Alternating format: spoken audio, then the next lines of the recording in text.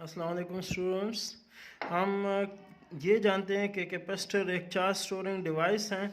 तो आज हम ये देखेंगे कि ये जो चार्ज स्टोरिंग डिवाइस है वो चार्ज किस तरह स्टोर करता है और इस चार्ज स्टोरिंग अमाउंट का टाइम के साथ क्या रिलेशन है, और फिर हम इस चार्ज और टाइम के दरमियान ग्राफ जो है वो ड्रॉ करेंगे।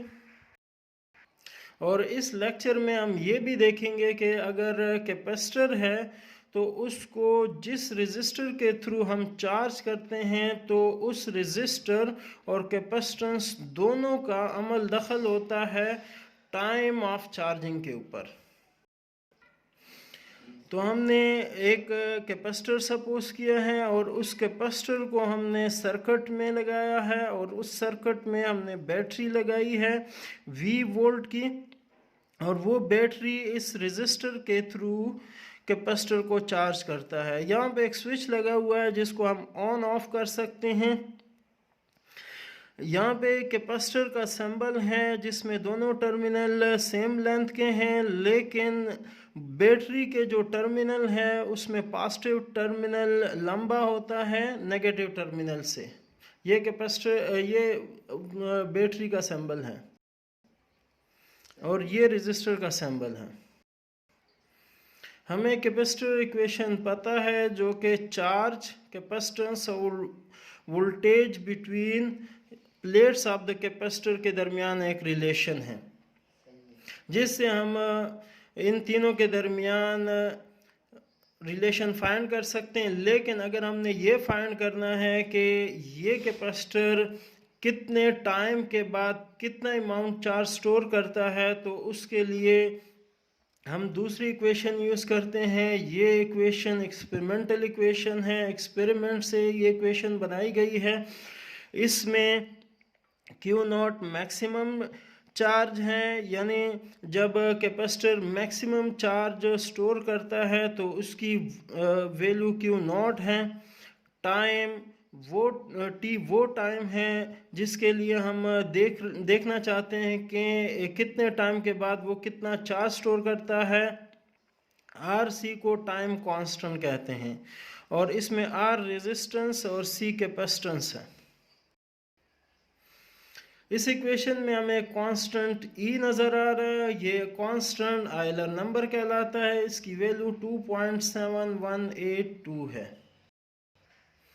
और टाइम कांस्टेंट वो ड्यूरेशन ऑफ टाइम है जिसके बाद ये कैपेसिटर इस सर्किट से 63.2% चार्ज स्टोर करता है।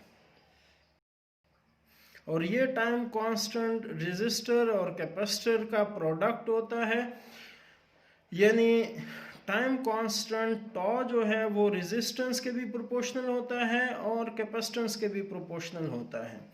अभी हम इस इक्वेशन नंबर 1 के अंदर अगर टाइम को 1 टाइम कांस्टेंट ले यानी आर सी ले तो t is equal to R C, तो आर सी के साथ cancel, q is equal to Q naught into 1 minus E power -1 आ जाएगा। और e पावर -1 को मैंने नीचे उतारा, e बन गया और e की वैल्यू पुट की है। इसको कैलकुलेटर में पुट किया तो q divide by Q not 0.632 आया है। इसको परसेंटेज में कन्वर्ट करेंगे तो परसेंटेज में कन्वर्ट करने के लिए 100 से मल्टीप्लाई करके परसेंटेज का सिंबल लिखते हैं तो 63.2% आया।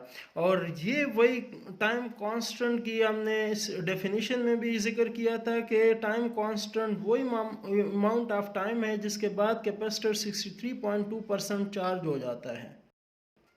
यहाँ पे मैंने एक टेबल बनाई है। ये टेबल आपके कोर्स में इंक्लूड नहीं है लेकिन थोड़ा समझाने के लिए है। जब टाइम को हमने 1 टाइम कांस्टेंट पुट किया तो कैपेसिटर 63.2% चार्ज हुआ था। जब 2 टाइम कांस्टेंट पुट करेंगे तो 86.4% चार्ज होगा। जब 3 टाइम कांस्टेंट लेंगे तो 95%, 4 टाइम कांस्टेंट तो 98%, 5 टाइम कांस्टेंट लेंगे तो 99.3%, और 6 टाइम कांस्टेंट के लेंगे तो 99.7%, और इसी तरह 7 टाइम कांस्टेंट लेंगे तो 99.9% चार्ज होगा।